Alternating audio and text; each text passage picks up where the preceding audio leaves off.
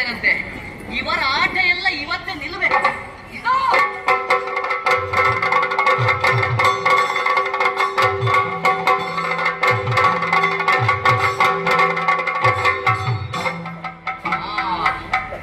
ನೋಡಿದ್ರ, ಹರಿಹರರು ಯಾರೇ ಆಗಿರ್ಲಿ ಮನ್ಮಥ ಶರ ಬಿಟ್ಟ ಅಂತ ಆದ್ರೆ ಅವರಿಗೂ ಸಹಿಸಿಕೊಳ್ಳುವುದಕ್ಕಾಗುವುದಿಲ್ಲ.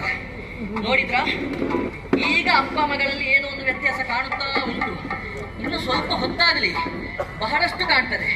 ಹಾಗೆಂದು ಮನ್ಮಥನಲ್ಲಿ ಇರುವುದು ಪಂಚಶರ, 4 ಬಿಟ್ಟದ್ದಾಗಿದೆ. ಈಗ 1 ಬಿಡಬೇಕಲ್ಲ. ಅಲ್ಲ ಸ್ವಾಮಿ, ನಿಮಗೆ ಬಿಡ್ಬೋದಿತ್ತು.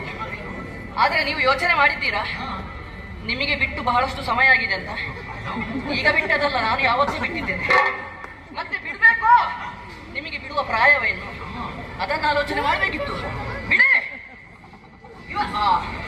ಇವರನ್ನು ನೋಡುವಾಗ ನೋಡುವಾಗ ನನಗೊಂದು ಯೋಗಿಯನ್ನು ಕಂಡ ಹಾಗಾಗುವುದು.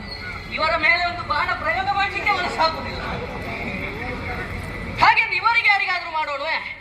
ಬೇಡ. ಒಂದು ವೇಳೆ ನಾನು ಈಗ ಬಾಣವನ್ನು ಪ್ರಯೋಗ ಮಾಡಿದೆ ಅಂತ ಆದ್ರೆ ಈಗಲೇ ಮನೆಗೆ ಎದ್ದು ಹೋಗ್ತಾರೆ.